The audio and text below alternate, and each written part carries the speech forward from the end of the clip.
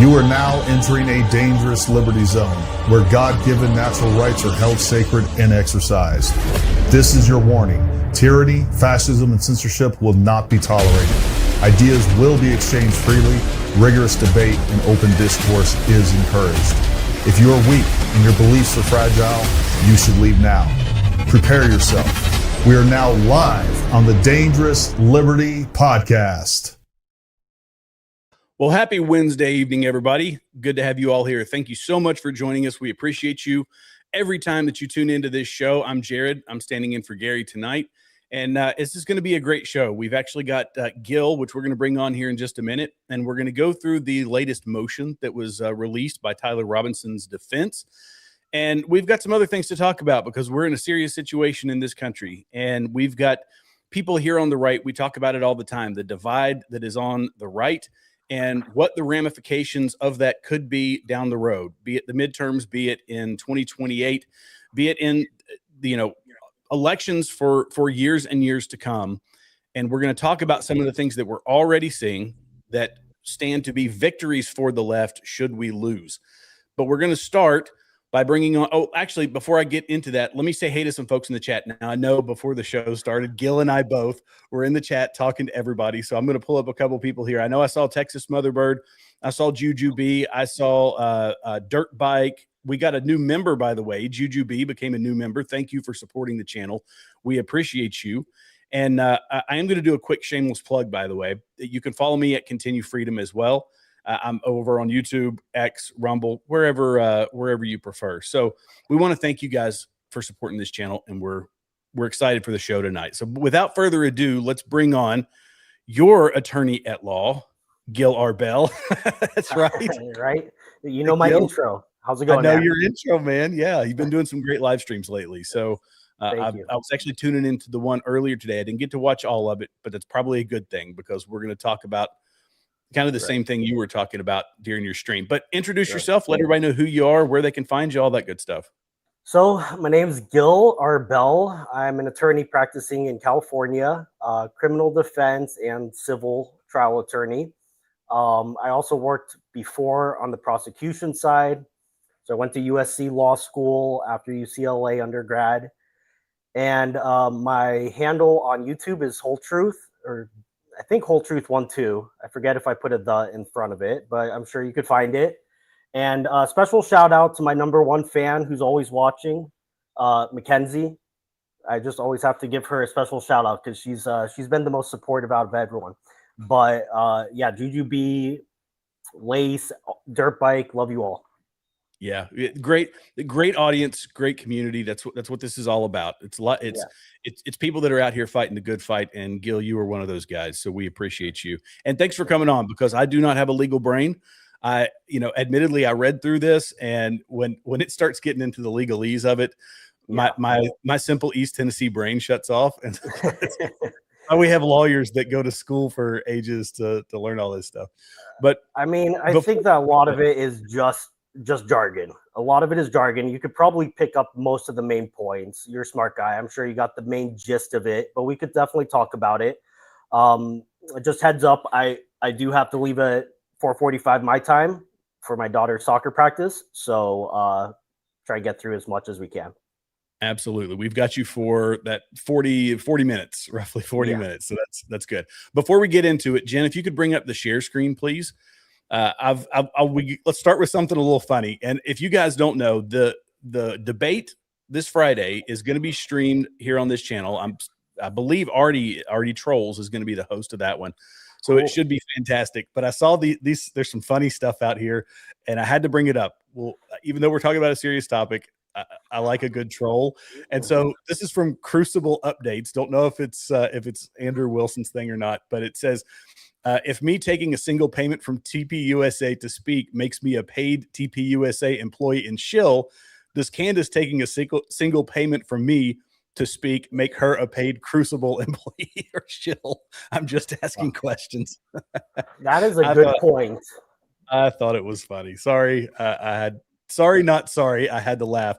And I've got one more. And this is really just kind of I debate back and forth in my own mind as to whether or not this whole actual debate on Friday is going to be, if it's just a money grab, if it's, what does she think that she can actually win from this? I don't know.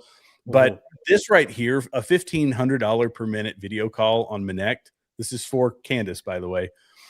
This, I had to ask the question. Maybe you guys can let me know down in the chat. Who are the people that have $1,500 a minute to spend going to learn from a crazy lady in her basement? Just asking questions. I'm just asking questions. Oh, wow. Funny stuff. All right. Enough of that. Let's get into this. So this is the motion that was recently filed by Tyler Robinson's defense. And Gil, the way I'd like to approach this, because I was, I was searching through, aggravators. That seems to be the kind of the term that's a key component of this. And you tell me if I'm interpreting this correctly, because again, this is layman's understanding. The whole thing trying to say that the intent to kill other people was not there. So knowingly creating a greater risk of death, which I had to look up, KGRD. So if you guys see KGRD, creating greater risk of death, should not be a capital aggravator. And that was the bulk of the argument being made. Am I reading that correctly? Somewhat. Well, first off, this is not exactly a motion. It's a brief. Not that there's really, it's a distinction without a difference. It is asking for relief like a motion, but just, just some legal distinction right there. But I don't think intentionality is the relevant element of that aggravating circumstance. You are right that knowingly creating a great risk of death is the aggravating circumstance, but it doesn't have to be like an intentional, that act has to be intentional, so to speak. But that's what makes it a capital offense. If it was just a homicide, it would not be a death penalty eligible without some sort of other aggravating circumstance in Utah. So not sure if that answered your question exactly. Yeah, no, it does. And this is the other rule. Okay, so this is kind of how, again, when I sifted through this, and admittedly, I had to help ChatGPT help me through some of this. And so, it's a great tool for helping you dissect something that is, there's a lot to it. It's 34 pages. Not that that's a lot, but the legalese and trying to understand the underlying, a lot of the references and things like that. So one of the things that came out of this, so firing one, let me see if I can get my notes right here. He wanted to kill one person and he took one shot. Therefore, the qualifier that could get him the death penalty isn't there. That's, I guess, a simpler way to put it, right? Right. That's what the defense is arguing. And I mean, I think something like 2/3 of this brief is talking about the aggravating circumstance here. They're really not disputing any evidentiary, any of the evidence quality. They're really just saying that this circumstance, they did not meet the minimal burden of probable cause to prove this aggravating circumstance, and therefore that should not be bound over. So they point to the fact that it was one shot, that was from a high-powered scoped rifle. I mean, those are basically the two main points. And they compare it to other cases where the aggravating circumstances, it was fired haphazardly into a crowd, many shots and things like that. So I personally don't think that they're going to succeed on this argument, but I think that they're right to do it. I mean, I've been saying from the start that I think Tyler Robinson has a really good defense team. And I think that's why they're not perpetrating or using the conspiracy slop coming from Candace Owens and Baron Coleman, is that they actually know what they're doing and they know what they can actually fight. And so I think that they're putting up the best fight right here. So this is another thing that people bring up consistently. Anytime the defense is doing something, and I know you talked about it during the preliminary hearing, that's not necessarily where, like, refresh my memory on that, because that is not them trying to say that he did or did not do it. That was just them trying to get it to prevent the case from going forward. Is that correct? Yeah. So I mean, well, this whole phase right now is about whether or not the case is going to be bound over for trial. And based on the evidence, I mean, it's a very low standard, probable cause, and the judge is supposed to look at everything most favorably to the prosecution at this stage. At the trial stage, it reverses. But at this stage, the judge is supposed to look at everything and interpret it most favorably to the prosecution. And so it's just a probable cause standard to see if we're going to get to trial. I think that it's almost certain, I mean, as certain as I can be, that it will be bound over for trial. But the defense is trying to get rid of the aggravating circumstance right now. And I think actually they also attack one or two of the counts, the lesser offenses, and those have some merit personally. But this aggravating circumstance, I don't think it's going to fly, because I think common sense dictates that he obviously put a lot of people at great risk of death. Yeah. So part of it is knowing that he went to the shooting range. He knew that he could potentially miss because he wasn't a great shot. He still went forward with it. There were security people around. There's still the potential that something could have happened to a security person in the vicinity. So I guess the defense's argument is that this is taking too broad of a look at the aggravator. Right. Yeah. I mean, you hit the nail on the head. The defense is arguing that based on precedent, this is supposed to be a very narrow aggravating circumstance. You can't just apply it because, theoretically, anytime you commit any murder, you're putting potentially other people that you don't know about could jump in the way or something, but it's not meant to be interpreted that broadly. It's meant to be really more, for specific types of circumstances. So that is the main point that they're arguing. But again, I mean, this is a Utah kind of specific aggravating circumstance. I haven't encountered it. So I don't know. I don't think that they're going to be successful on it. But yeah, I mean, like you said, it could ricochet with just the fact that there's so many people around. And then as all of the conspirators kind of point out, this is high power. It's very possible that it will go through someone's neck and hit somebody behind him. And so I don't see that carrying much water. And I do think that the prosecution will be able to file a reply brief to this before September 1st, but that I'm not certain of. So at this point, they're filing this now, and they are saying that their main focus is on the aggravator and some of the lesser accusation or lesser charges. Right. So would this also be a point where they would be going after the primary charge, i.e., he didn't do this?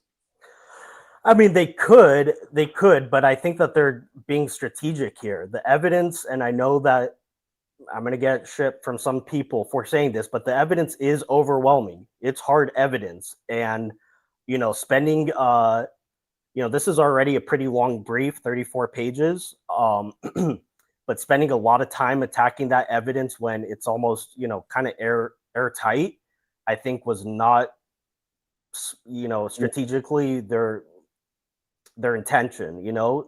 Focus on things that are possible to get done. From a defense lawyer's point of view, I think that they're put together a really good brief, and I think they're doing the right thing, trying to get what potentially they can get dropped, which they seem to think is the aggravating circumstance. I don't think it's going to win, but I do think that they are going to get count 6 dropped. That's my one prediction. Count 7, I give it a 25% chance of it succeeding, so a little bit, but count 6, I think they might succeed on that one. Which one was count 6? Count 6 was the witness tampering, and there was 2 witness tampering charges here. I think one of them applied to telling Lance Twiggs to delete the text message exchanges, and the second one is telling him to be silent and get a lawyer. And that's the one that I think they might succeed on. I could be wrong, but yeah. Okay. So if those go away, though, that doesn't change the capital nature of the charges like that. It's because that is for the actual killing of Charlie Kirk plus the aggravator, and that would be the capital. That takes it to a capital offense. Exactly. And they also there are also these 2 sentencing enhancements, or I think it's 1 sentencing enhancement for the capital murder, which is that it was politically motivated. So they're trying to get that tossed out, but that's kind of a different, different area, different matter, kind of separate, because it's unclear whether or not they even have to prove the political motivation at this stage. So that's kind of a separate story. But yeah, I mean, if you get basically you could get all 6 of these other lesser offenses knocked out, and the death penalty is still on the table. So it's a Pyrrhic victory. Yeah. Well, I know that regardless of how it would be used, we can still say definitively that none of the things that have been pitched by Candace Owens and her cult have ever been mentioned, brought up, or been any remote component of any of the things that have been delivered. I think that's still consistent, right? Yeah, I agree. And again, I think it's because they're good lawyers. And so they know what will actually fly in a courtroom. You can't just pitch out stuff like, oh, this was a multinational, tens of thousands of people involved conspiracy without providing any sort of foundational evidence to allege that. So they know that. They probably know a lot more evidence. I mean, they have access to Tyler Robinson, so they know what he has to say about it. And so they're choosing their battles wisely, and they're not going with these conspiratorial defenses that really would not carry any weight in a court of law. Yeah, and so there was another thing in here, and this is, I guess it was kind of implying the stacking of inferences, and it kind of goes along the same lines. This is something they didn't want the judge to do, and it was, he understood the rifle, he understood he could miss, therefore he knew the bullet could hit someone else. Therefore he knowingly created a high probability of taking someone out, and with security people present, Robinson had a scope. Therefore, Robinson probably saw them. Therefore, he knew they were endangered. Therefore, knowingly created a greater risk of death. When they start stacking a lot of those, if you as the defense attorney, right, when they say, well, that's like an inference on top of an inference on top of an inference and an assumption. When does that start to pass the smell test, or when does that not pass the smell test for a defense attorney? And maybe try to take it from both sides. Like, how would you approach that because you know what I'm saying? Yeah. No, I get what you're saying. I mean, basically the defense is saying that not that those inferences can't be made or anything, but that it was incumbent upon the prosecution to actually lay it out during the preliminary hearing, to lay out the evidence that Tyler Robinson was a bad shot, or, lay out the evidence that this type of rifle could, the bullet could ricochet or something like that. But instead, they left it just kind of a general hazy picture, and that doesn't pass constitutional muster, to just rely on speculation. Like, yeah, you could infer this on top of this, on top of this, on top of this, to get to the conclusion that other people were put at great risk of bodily death or great risk of death. But the prosecution didn't lay it out, didn't present it, and therefore the judge is not supposed to rely on inference after inference. I mean, I think it's a good argument. Again, you try what you can. This is not a science, so this judge might look at it differently than another judge. You never really know. And again, this is Utah, so I'm not familiar with all the precedent here, but I mean, it's a good argument. I would probably be saying the same thing, trying to get the aggravating circumstance out of the picture and save my client the death penalty. And that is their focus here. Because me as a layman, a legal layman, we look at it, we say, well, of course other people were at risk. Of course he knew he was, because there were thousands of people there. Yeah. And this is a novice with a firearm in a crowded area. And I know that they're also making the case that because he had more than one round in the rifle, that there was an intent to engage additional people. And, I'm saying all this because it's kind of see where they're coming from on it. Yeah. But just the fact that it was in a crowded space with a novice shooter, and this guy had every reason. Anybody who's been around any firearm knows Right. that there's, like in the military, we would use, if I remember correctly, it was like 15 degrees of separation, because that there can be deflection. There can be other things that collateral damage or other people getting hit by your round from ricochets and all this other stuff.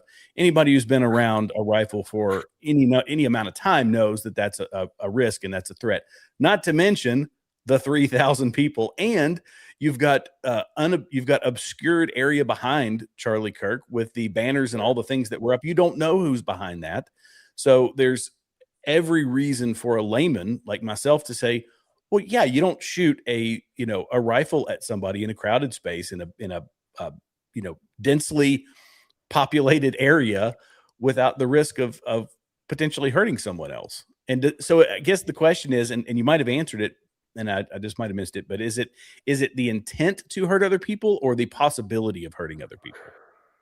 No, it's not intent. It's knowledge that you could be hurting other people. So it's not like you want more people to be hurt, but if you know that you're putting them at great risk of death and you still do it, then you satisfy the elements in this, for this aggravating circumstance. And let me just say, sometimes common sense is allowed even in the courtroom. And I agree with you. I mean, it's almost just on its face value when you're shooting somebody in a big crowd, there is a chance. I mean, there's a good chance. I think the standard, though, has to be high probability. But I mean, common sense would dictate that they're going to fail for the reasons you just said. I mean, there's so many possible ways that somebody else could get killed. I mean, the most obvious is that somebody's behind him.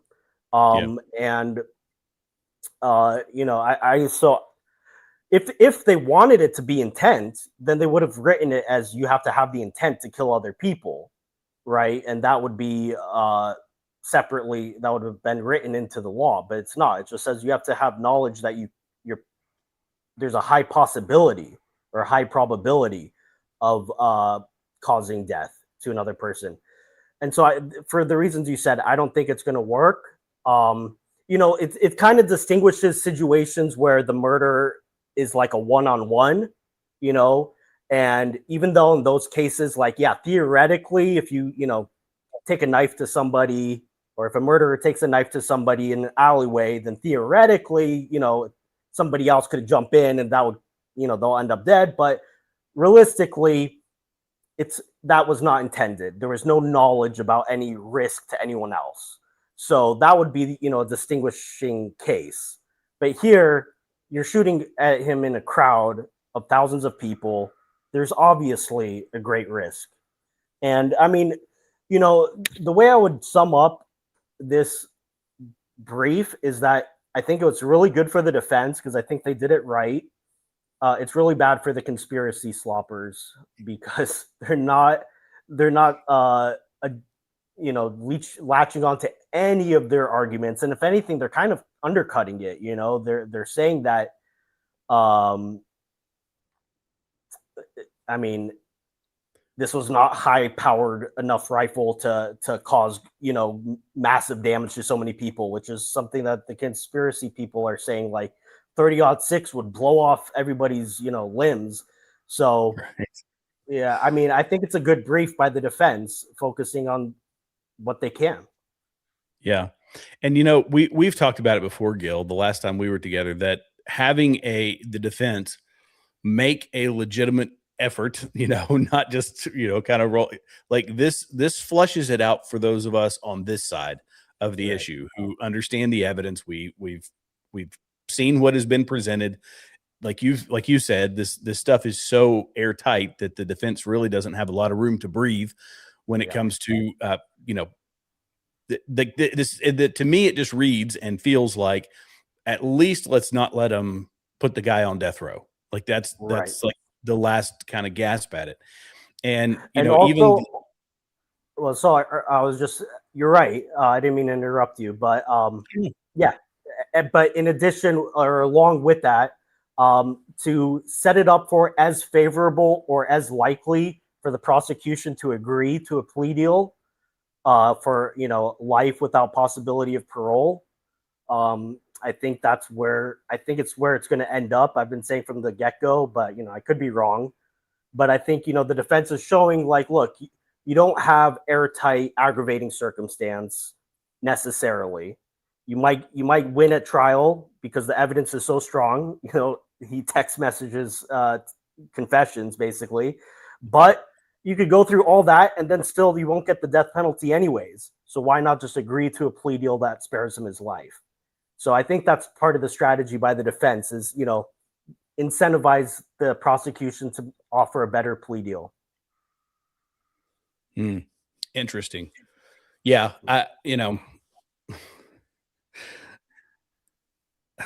What was let me ask you this question. When you first went through this thing, you've kind of alluded to it, but was there anything that stood out to you that was, I don't know, weird, anomalous, anything like that?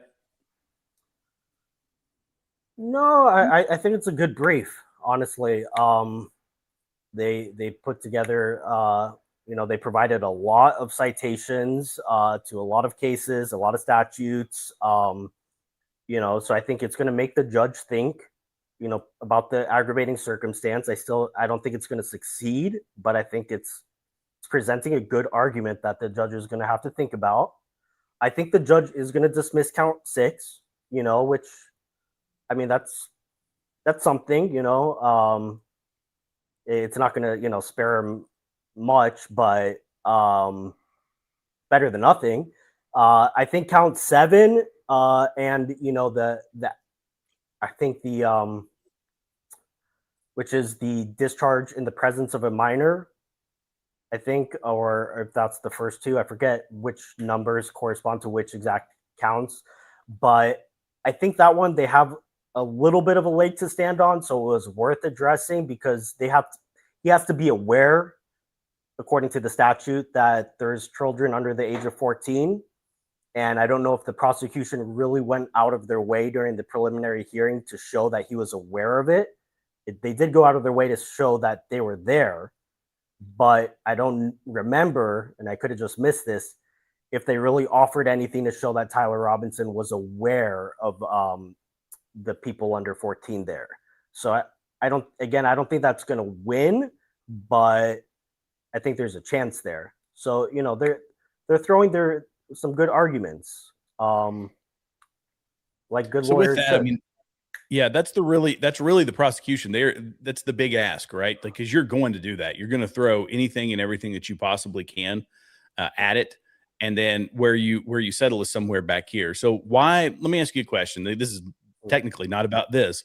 Why would you, if there is, okay, with what is it, under 14, a minor under 14? Is that what it was? I think so. Yeah. Yeah. Something to that effect. That's like a sentencing enhancement. If he was aware of child under 14 in the presence of the crime, then even if he doesn't get the death penalty, it adds some years, I think, to the sentence. And then that corresponds with also a charge that says that he discharged a firearm in the presence of a minor. So they're kind of related. So yeah, sorry. Okay. No, that kind of answers it. I mean, it's these all the enhancements and everything, that you're going to get life, and that you have to lay everything that's possibly, every crime that was possibly committed is going to be applied to it, even Right. though you may not have particular evidence for that crime. But if it does come across as reasonable to assume that he knew that there was someone under 14, it's just an enhancement that you get life, but you get life plus 175 years or whatever it is. Right. It's exactly. that sort of thing. Okay. All Yeah. right. Okay. Well, I mean, that makes sense. So kind of going back to what we were talking about before, that I am glad that he's got a decent defense team, because when the dust settles from all this, and when, in my opinion, my personal opinion, I believe that he will be found guilty. We'll see how that goes, but I believe he will. Like you say, If it's not a plea deal, he'll be found guilty. Yeah, it's a good bet. Yeah, it's a good bet. There's no possibility of the conspirators coming out and saying, oh, this was done improperly, that was done improperly. I mean, there's people who legitimately, Candace Owens included, Ian Carroll, all these people saying that they've got the wrong guy. It's not him. Even to the tune of people. Let me see if I've got the clip from it. This right here. In fact, I was listening to Gary's space, and people are saying that this isn't him. They're like, one guy in Gary's space said that his skin tone looks different. And I thought, people, this is basic camera 101. No two cameras look alike. First off, your skin tone and my skin tone look completely different because we're under completely different lighting, completely different cameras. But that was the thing. When Gary asked him, he's like, well, what evidence do you have to believe that this isn't Tyler Robinson? Well, his skin looks different. Well, bro, like, I'm sorry. No two cameras are made alike. Everybody's taken the picture in the dark event, the moody, tungsten lighting, and everybody looks like they've got jaundice. So we've all taken one of those pictures. Everybody's taken the one and walk right outside and you take a picture in front of the building and you're standing in the shade and it looks great, but your skin tone's a little, bluer, and then you get out in the sun and it's different. They're silly arguments, but they're really stupid arguments. Yeah, I'm sorry. Yeah, I heard Baron Coleman the other day on Julian Dory, and I was expecting some like clever, conniving grifting or something, but he really just said a lot of stupid. It was really dumb, and I was surprised because I heard that he had like a lot of followers and stuff. So I'm like, okay, I want to see what how he's manipulating people. But then he just came up with the dumbest stuff, and so these theories are really just stupid. Sorry, I didn't mean to cut you to shut off your flow, but I just I mean, I agree. They're really clutching at straws here. Yeah, they clutching at straws, and they are. This has to continue for them. They've tied up so much of their platform, so much of their time, so much of their reputation into all these conspiracies, and they are cashing in. They're cashing in now, but I think that this is why it's easy, by the way. I think it's easy for people to get into people like Baron Coleman or Ian Carroll or Candace Owens, definitely Candace Owens, thinking that she deserves $500,000 for a 3-hour interview. You start having an overinflated sense of self that I can't say anything wrong because I've got a lot of people who are just there, it's nothing but praise. And if someone says anything against me, these same people are going to go out and be the most vile, disgusting, rabid people to anyone who opposes my overlord, that sort of thing. So they have a sense of invincibility, and they're making money off of it. So they're doing nothing but grifting off their audiences. They are straight up ripping them off. And people want truth. And that's why people come to this channel. That's why they come to your channel. They just want facts presented to them. And look, when I give an opinion on something, I'm very clear that I'm giving an opinion on something. When we bring a lawyer on who says, look, this is, this is something, by the way, Gil, I'm going to blow a little sunshine up your backside. That's one thing that you have done from the beginning, which is to say, look, the defense is, people want you to come on. Well, not these people, but there are people out there who would want you to come on and say, the defense sucks. The defense is this. And you're saying, no, the defense is giving a good argument. And we can make the case on our side that this is a good thing because in the end, it makes a successful case that leads to a prosecution that leads to justice for Charlie Kirk. You're not getting that on the other side. The other side is how can we twist and contort any piece of information that we can get our hands on, take something in isolation, twist it and contort it, and draw 30 different wild conclusions about it to make it exciting so that people will give me money. That's what they're doing. And it's bizarre too, because they keep pointing up like defenses that Tyler Robinson's own defense is not using. So like they'll come up with like an alibi And I ask sometimes, I'm like, well, if he has an alibi, if he had an alibi, they're allowed to present that at the preliminary hearing. And if it was actually corroborated and compelling, that he probably would be out of jail right now, and I have no reason to want this individual to be punished for this crime. I just want the person who committed the crime to be punished for the crime. So all the evidence happens to point to Tyler Robinson, and it's a lot. But if it turns out that it's someone else or a conspiracy, I have no emotional attachment to this person. He never wronged me, so it's not like I'm going after him. I just think he did it. Right. So, and the evidence says that. Yeah, I mean, and I'm just basing my opinion on all the evidence. And as a defense lawyer, if I'm looking at that evidence, especially the text messages, and I keep coming back to the text messages, because he admits to it. He admits to it. And unless there's some evidence that you can point to that was fabricated, which we haven't seen anything, then really you're up shit creek as a defense lawyer. So, pointing out like the skin tone on these on one hand, they say the surveillance is so bad you can't recognize, but on the other, it's good enough to point out the skin tone differences. It's just inconsistent. It's crazy. Well, and we have to be aware of a lot of stuff even over on our side, because the ability for, I think it was Candace already did a video on this, and Artie Trolls did. And he was talking. In fact, let me see if I might be able to find it. I would have to dig back through my X feed, but he did a video showing anomalies inside of the screenshot from the video that looked different than the original video that was put out by Candace Owens, saying that it wasn't Tyler Robinson. And we have to understand that if someone is dishonest enough to say that, to completely discount the evidence that's presented by the prosecution, to discount DNA, surveillance footage, confessions, all these things that Gary over on this channel has lined out ad nauseum. I'm talking encyclopedic knowledge. He has done this. Yeah. And to say, I'm not buying any of that. But what I am going to say is that here's this, and I'm trying to think of one of the wild ones. You might be able to. This one, Baron Coleman says somebody did this in the crowd. Oh, right. Yeah. I thought that was ridiculous.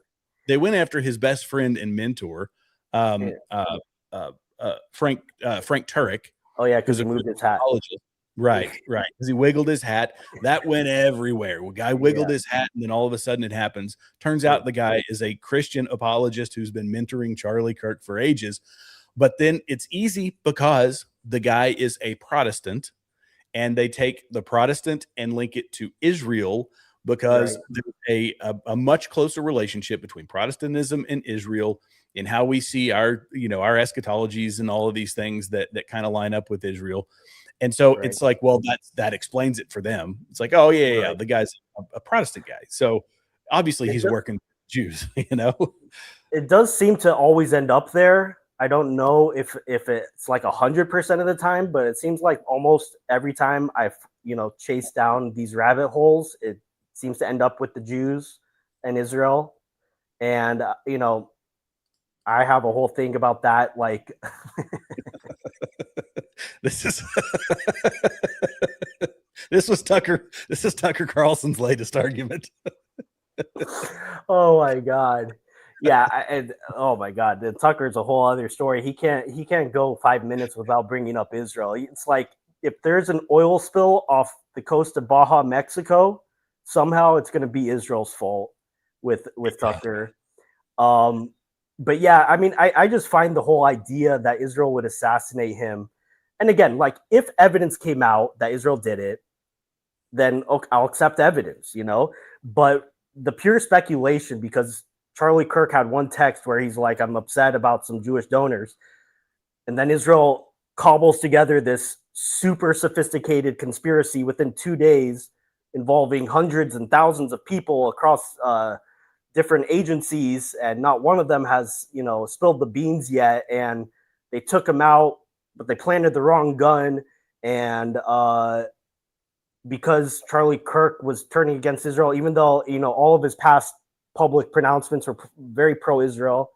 It's just so stupid. It's almost like too stupid to really deserve a response, but that's where we are. Well, everybody wants to make things black and white. Everybody needs a boogeyman. Right. And in Jared's humble opinion, people have made it the Jews a lot over the years. Let's just be honest. Yeah. People have done that. It's not new. It's not new and clever. Yeah. No, it's not new. It's not clever. And when you need a boogeyman, I was having just a very quiet thought exercise.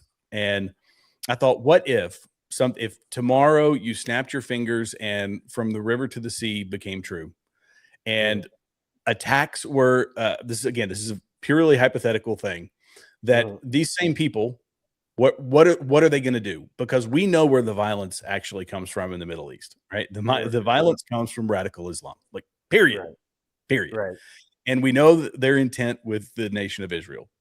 They don't hide it. They shout it from the rooftops, and it's everywhere. It's in their charters. Yeah.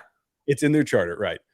To think that the very people whose ideology means, and I didn't mean to get all the way down this rabbit hole, but it means a global caliphate, the destruction of the West, and to establish a global caliphate in which Islam is the ruling power. Do we think that a little nation the size of New Jersey magically disappearing and it's given to the Palestinians, that it stops there? Because look, we can, this is something I'm going to bring up a little later in the show, but let's be honest. This right here, this is not Israel, right? This is the UK. These are the mosques in the UK from the 50s to now. This is an expansionist ideology. Getting Israel disappearing tomorrow, which is what I think a lot of these people would want. Right. It's not going to change what we're actually up against. But the easy thing for them is just to blame the Jews for it, because they've got some interesting stuff, right? They got a very potent intel asset in Mossad, right? And, No. I mean, they're intel gatherers. They are not perfect, but neither are we. No nation on this earth, 100% of them are led by 100% fallen people. And we've got a select few that have a worldview that's not going to lead to, that's not nefarious. But nonetheless, all of our intel agencies, all the ones in, we've complained about them as people on the right, the corruption inside of the FBI and inside of the CIA and inside of this and inside of that. So they just pick that because it's one ethnicity that's very easy to be attacked. And anyway. Let me say, I hope it doesn't make me lose any credibility. I know it won't with our audience, but I happen to be Jewish, and I could just speak for myself when I say that losing Charlie Kirk was it was a double whammy, because he was one of our best allies as Jew. He was really pro-Israel, pro-Jewish. He called Jew hate brain rot. I never agree with anybody 100% on everything, but he was really strong supporter. And so when we lost him, we lost, especially amongst the young people, which is, so anti-Jewish and anti-Israel now on the left and, on certain segments of the right. So when we lost Charlie, we lost a good friend. And then immediately after, I think it was within 2 days or a day, that Ian Carroll said Israel did it. So it's like a double whammy, first we lose somebody that's really, and let me tell you, if Charlie was, having new thoughts about Israel or turning away from Israel, what I would do is call him up and be like, hey, let's try to bring you back in the fold. If you turn away, then you could probably be turned back, or we wouldn't just go out and kill him. It's such an absurd concept, but I can only speak for myself, I don't speak on behalf of all Jews or anybody. No, but there's obviously no evidence of that, and this is the other sad part about it. There's a lot sad about it aside from losing Charlie Kirk, but how it has been weaponized to try to speak for him after he's left as to where he was. And this is Charlie Kirk understood a lot of things, and he understood the fact that there is nuance in politics. He was not a, he was rigid about a lot of things, about his worldview, about his morals. I mean, he was very clear about that. He followed a biblical worldview. He was locked in on that, rightfully so. And that's where he and I, very, very much align. But he also understood that there's nuance to geopolitics. There's nuance to the economy. There's politics involved, which is, it's not neat and tidy, but it seems to me we can understand that over here. But on the crazy side, they can't understand nuance. They don't want nuance. They just want to say this one group of people is the enemy, or this, Right. here's all the problems, and we've got to have a figurehead. And that's just what they've chosen, is they've chosen Israel. And, Charlie had plenty of questions about things that Israel did, and which is fine. We're more than allowed to ask questions about, intel agencies and politics and foreign countries that are involved with the U.S. That's fine. But the level that has been taken to has gotten so cockamamie, so crazy, that now we're outside the realm of reality. And I don't live there. I try not to live outside the realm of reality. Jared, I want to continue this conversation, but I got to take my daughter to soccer. Yeah, brother. Thank you so much for having me. And anytime, man. My show, your show. I love talking with you. Yeah, I'll have you on. I appreciate you. Bye, everyone. Thank you. All right. So Gil's off to go be a dad. That's a good thing. That's what he needs to do. And that's going to be part of our conversation tonight as well. Let me get to a couple of comments. You guys have been, I know we saw somebody gifted some memberships here. We got a super chat. Jen, can you bring up that Juju B became a YouTube member? Yes, I highlighted that at the start of the show. Juju B, welcome aboard. Thank you so much. Gil, thank you for joining Jared, Jen, and Paramount Tactical. Always appreciate your points on this issue. Yes. And please go follow him, Whole Truth 1-2, over on YouTube. He's been doing some really great live streams lately, and his channel's growing. So go help out. There's a great thing about this platform is they are very, Gary and Jen are very generous with us smaller creators, and it's awesome. It's great because we got to get a lot of different ideas, guys. We got to get multiple perspectives, and they do it over here. So seemingly a good argument, but the inference is already implied because with a scope, crowded space, and a rifle, while also having multiple ammunition, the risk to others is legitimate. Yeah, and that's kind of what I think. That's kind of what we were talking about. If I'm reading your comment correctly, that there were multiple rounds. That's just going to be it's going to be something that someone's going to do. You're going to load multiple rounds. You're not going to go there with just one round, assuming that you have a chance to take multiple shots. He would take multiple shots, but that you are in the crowded space and there are people around that you can see the security personnel. This is assumption on my part, but when you take up a proper shooting position behind your rifle, you're not just seeing that. There is going to be movement. You're going to see things. We don't know if he was looking left and right to see who was around. We don't know what he did once he got behind the scope of that rifle. But the risk to other people is obvious. Like, it just seems like a common sense thing to me. Jared, common sense isn't actually common, believe it or not. Adri. Thanks, Adri. Yes, I agree.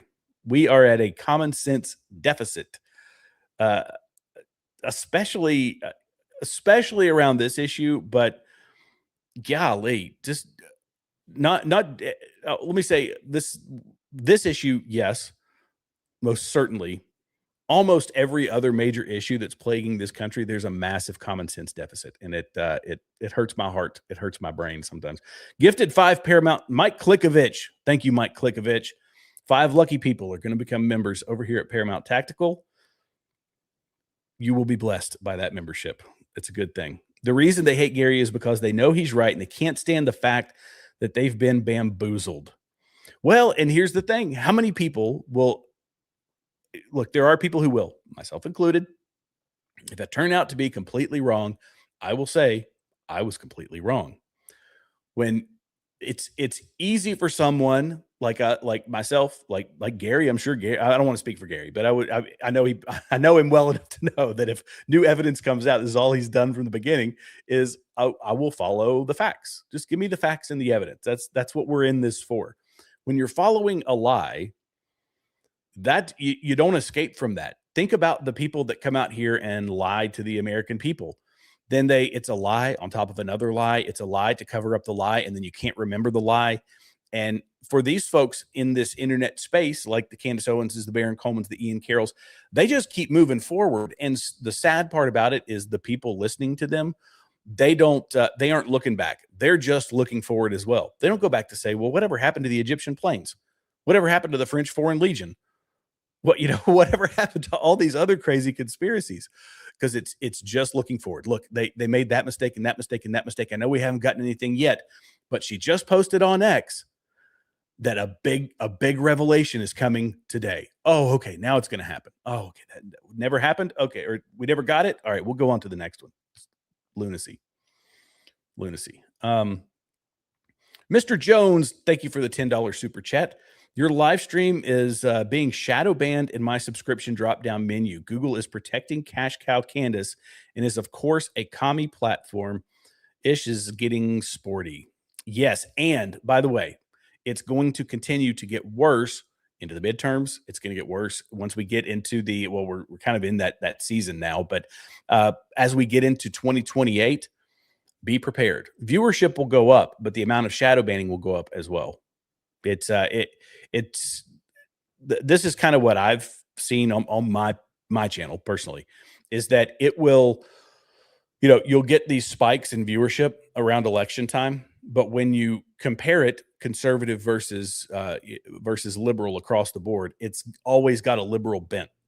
And I've seen it on my channel as well, where I get 10 subscribers, because I've only got a few thousand subscribers. I'm not a huge channel, but I get 10 subscribers. Interestingly enough, I lose 10 subscribers. I get 5 subscribers. I lose 5 subscribers. It's very, very strange, although very predictable. And the only time that you make headway is when you make headway enough to where you gain 400 subscribers. They can't just take away 400 subscribers when you're a channel my size. She needs money. Lots of big revelations are coming soon. Quantum Lotus. Yeah, that's all it is. Okay, let me get to this next topic here, because we've still got about an hour. And look, this is the Jen. If you could pull up my shared screen, I showed this earlier. This was the Tucker Carlson take. We're going to talk a little bit about Tucker before we get into some of the voting issues, but we are trying to, over here on the right, maintain some semblance of control continuing on into another presidency. So ideally, 6 more years where we can exert some semblance of control. Perfection is out the window. We're not going to get perfection. We're trying to get as close to it as we possibly can, but politics is involved, so it's never going to happen. And when we have people like Tucker over here on the right, and the Candaces of the world, I saw Owen Schroyer. In fact, I don't know if I pulled up his comment or not, but Owen Schroyer was saying this. He's revitalized the Nick Fuentes approach of, I'm just going to vote. And can I just say one thing, though? That this is what I experienced during that time. What in the world? The allegation that there was abusive minors. Hang on. Yeah. What in the world just happened to my ex? Started playing and wouldn't stop. Pause. All right. Hang on. Okay. Can I just say one thing, though? Before I get to it, I don't know why my ex is doing that. Let me close out of it. I'm having a slight technical difficulty here. All right. Thank you, Jen, for taking me up full screen. Everybody gets to watch me do tech support on full screen. Okay, let's see. Let me see if I can get this to play and pause. All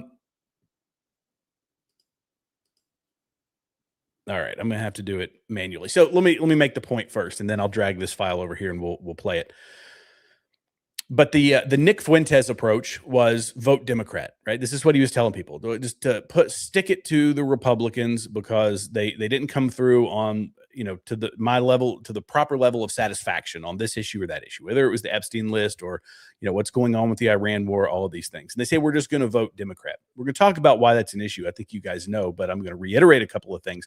Tucker is doing much the same, and to the point of can I just say one? coming to the defense of one of the most corrupt families, one that he, by the way, grew up with. He's very open about the fact he grew up with these politicians. Let's Jen, you can go and pull up my shared screen if you don't mind here. All right, let's just play. And can I just say one thing though? That this is what I experienced during that time. The allegation that there was abuse of minors proven on the laptop, that came from the Israelis. I'm just telling you that. They came to me with that. So I know that.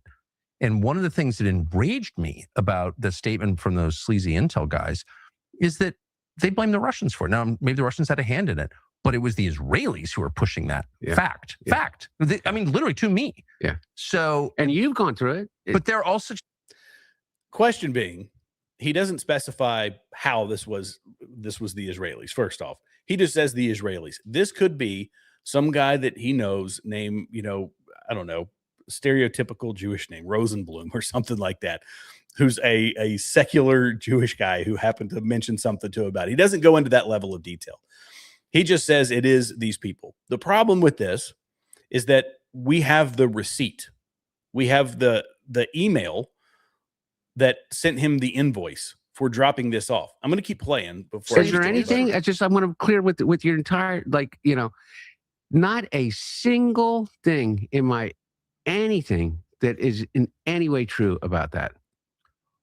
Well, that's such a serious crime that I think it's just common sense that if there was evidence of that. You think that it's common sense? But I'll tell you what, about 40 million people on X don't think that. I mean, it's like there was an abuse of minors in there. If there was evidence, how many people call me a pedophile to this day?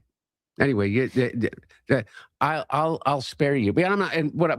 But I agree with you. That's exactly right. And it's But they were pushing that so hard, and all the intel guys are like, "Oh, it's Russia." It's like you lie, because they called me.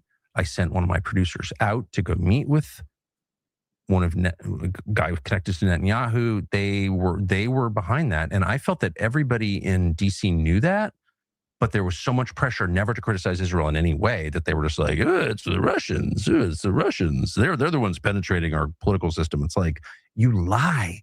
Everyone knows what's actually happening. This was my perspective, and it drove me insane. And by the way, I didn't say that on Fox News. I'll admit it. I didn't. Yeah, I didn't. You're right. I just want to say I was part of the problem also, but I knew it. But that's a thing. So this is the kind of the funny part about this. When I see it, the guy was out of his mind. Part of the other clip. Let me see if I can get this other one to play. This one was pulled up by the great Nathan Livingstone from Milk Bar TV. I know you guys are familiar with Milk Bar TV, but let me play this one. Let me go back and say this. We know the laptop was there. We know that we know what was on it. This guy is whacked out of his mind. The argument that he makes and has been making is that I don't remember dropping it off. So it's no, I never did, even though I don't remember. However, half the time that we see him, there's booze and drugs all around him. Heck, there's a video of him measuring out, illicit drugs on a scale. And we know that this guy has been involved with corrupt organizations. We know the Burisma scandal and all of those things. And I just want to know when we started coming out and taking these corrupt Democrat, in this case, the son of the president, and trying to reform that. This is in Jared's opinion. I don't know where you guys stand on it, but this is like Steve Bannon level stuff with Jeffrey Epstein.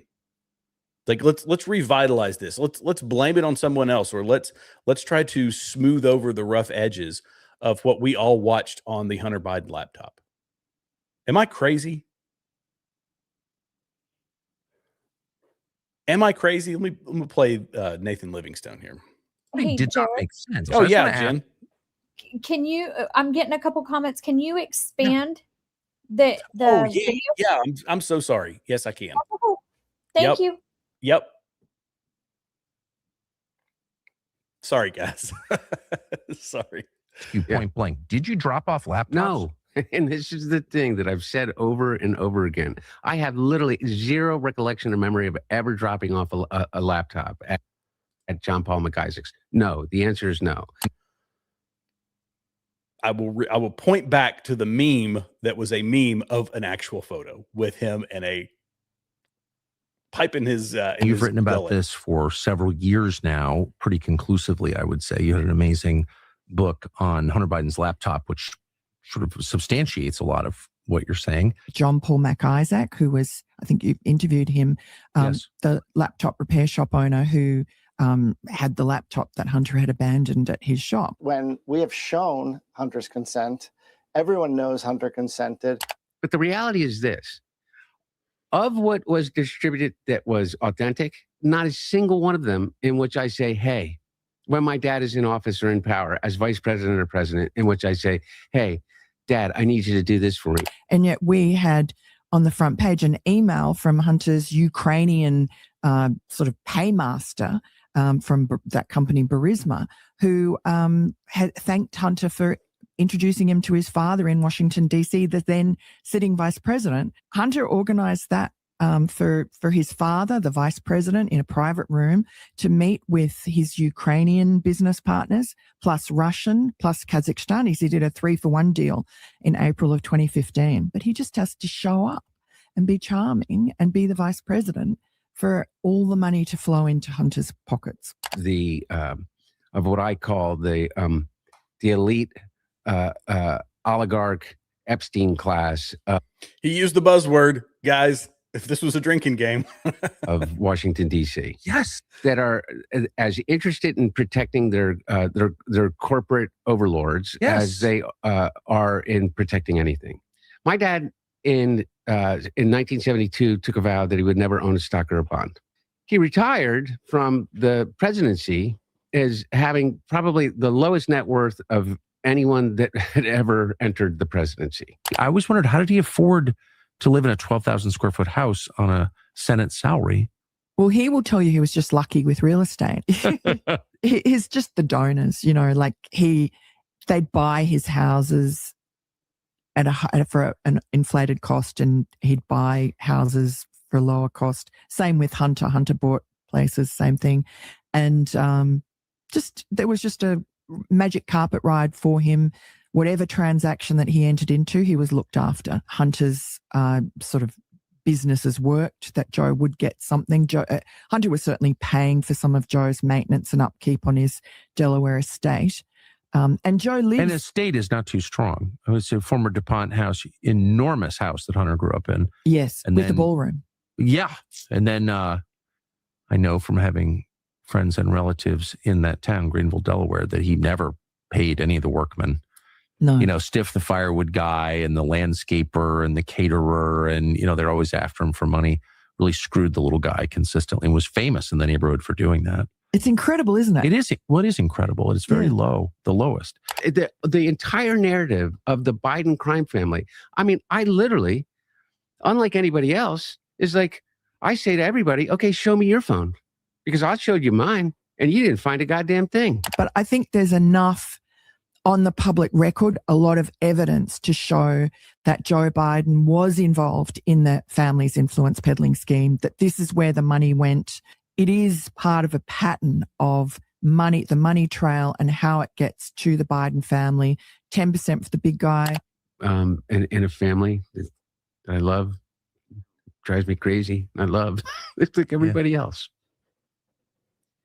But I don't have to live a lie. Hunter Biden, thank you very much. Oh, sweet. My goodness. And, it could be, let's be as generous as we possibly can. It could be that Joe Biden only made 20, 30 million while he was in the presidency. I mean, Barack Obama came out and became he's worth hundreds of millions now. I don't know what the latest number is. You guys can let me know down in the chat.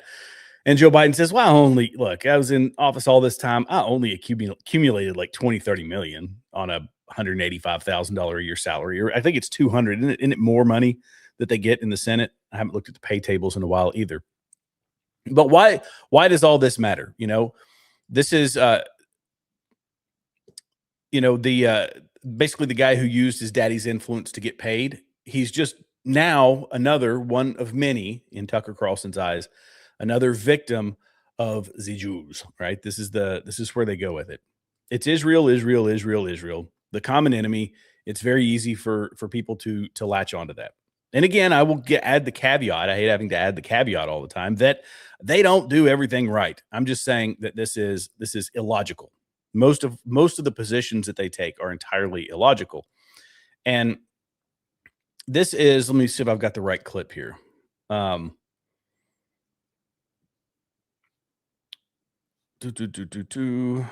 that's the wrong one. Okay, let me move to the next point here. And you might be asking, what in the world could the next point be? The point is that these people are, whether they're starting a third party, if that's still a thing with Tucker and them, if they are talking about voting Democrat and tying it to this one particular topic of the war in Iran, which does need to come to a successful conclusion. The fact remains, if we lose, this is the sort of thing that we have. And to say that this is we use the term all the time. People use the term all the time, the phrase, the most important election of our lifetime. I know everybody says that.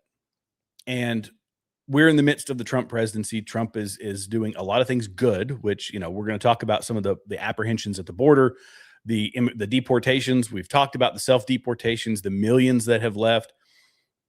There's some parts of it that aren't great, but nonetheless, if we lose, if we don't continue to make incremental change, this is the sort of thing that happens in this country. It's the soul of our country. 11 states now have written abortion into their constitutions. 11 states. I'll pull up the stats here in a minute. But here is the governor of Massachusetts writing it in up to the point of birth. And these wild, crazy liberals are clapping like seals over this horribly barbaric practice that is one of the greatest sins of our country since slavery. And that is not being hyperbolic. Jeremiah 1, guys, it says, before I formed you in the womb, I knew you. Before you were born, I set you apart. This is settled. This is settled science. And yet these people are entirely opposed to it. We can look at the stats in these states: California, Michigan, Vermont, Ohio, Arizona, Colorado, Maryland, Missouri, Montana, New York. They have written this into their constitutions. And there's no gestational limit in Vermont, no gestational limit in Colorado, in Maryland, in Michigan. And now we can add Massachusetts to the list. This is the type of thing that they are going to, yeah, exactly. This is the most terrifying thing I've seen in this country in a very long time. And since people don't know this, but since the overturning of Roe v. Wade, the Democrat states have said, okay, fine. You want to make it a states issue? We are going to do what the leftists do. We are going to not just shout our abortions from the rooftop. We are going to make it as easy as possible to unalive millions more children. And the numbers have actually gone up. We've had a 10% increase in this country. Now, I got in an interesting argument. I say argument. We got in a slight debate. It was a back and forth with the folks over on my channel and I did a members only yesterday, and we got into a fairly lengthy conversation about this industry. And it is an evil industry.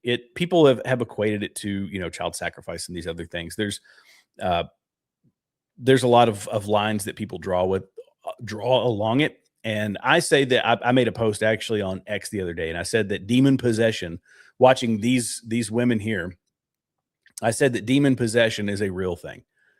And I believe that. I believe that this is, and you could get into the philosophical difference, whether it's demon possessed or it's just people that are demonized by an ideology. But this is the sort of thing we're up against. And we can't sit idly by and let this stuff continue.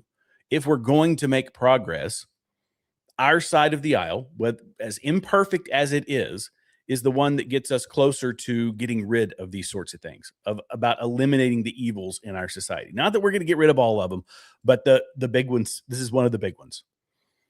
And we have made an industry out of this. Somebody that I have followed very closely recently. In fact, she's the person that I was retweeting. I highly recommend people go. Go and check her out. She's got very controversial views, but that is why I'm fascinated with her. She takes the pro-life movement to the nth degree. And this is an issue that almost every conservative can rally around. What are the commonalities that we have? I got it. We're divided on the war in Iran.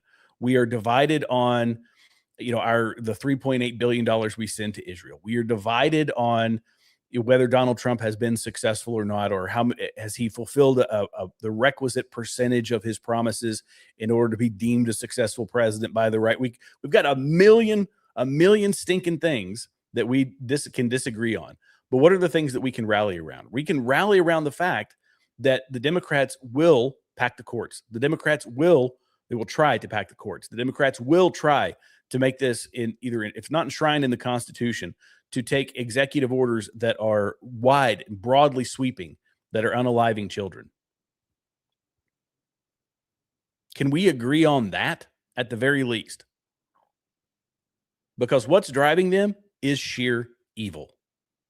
This is evil incarnate on full display. I cannot stress it enough. And I'm going to bring up this one now. This is something that Jen sent me beforehand, but you guys have probably heard. You're probably thinking, why in the world did we go from talking about Candace Owens and Tucker Carlson to talking about pro-life issues? Because we have other serious problems that our party is the only party trying to do something about it. We are the only ones moving the needle in the right direction.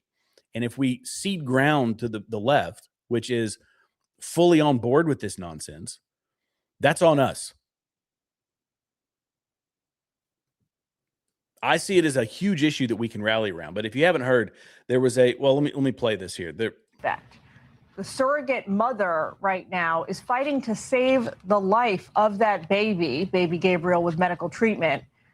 His biological parents, though, are demanding an abortion. Texas AG Ken Paxton has stepped in, getting an emergency court order to make sure baby Gabriel receives life-saving care. Let's bring in Fox News legal editor Carrie Urban right now, who, incidentally, Carrie, has some news to break for us. I do. This baby was just born today. Wow, I just spoke with the surrogate's lawyer, and the baby is off to the NICU, is hopefully going to undergo this surgery that this hospital has a 100% success rate of doing when it comes to children who are born with this particular heart defects. But I think the court battle could wage on. Right. Even after the surgery? Yes, I do, because there's still this issue of the parents, of the biological parents. They wanted the surrogate to have an abortion when she was diagnosed with, at 20 weeks, this baby was diagnosed with this heart defect, but it is a very serious one, but it can be fixed through this series of surgeries that apparently this hospital in Texas is known for doing. And there's been this battle. So she fled to Texas. Ken Paxton intervened in the case. And now the Attorney General's office in Texas is personally making sure that this now born baby is going to receive possibly life-saving treatment and certainly medically necessary treatment.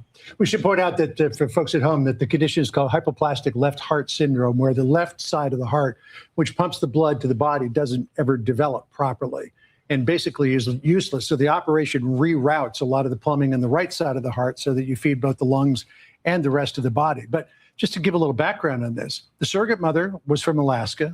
The biological parents are from California. She fled to Texas for protection. That's right, because they wanted her to have this abortion. They wanted her to go to California. There was a whole legal battle before she even got to Texas.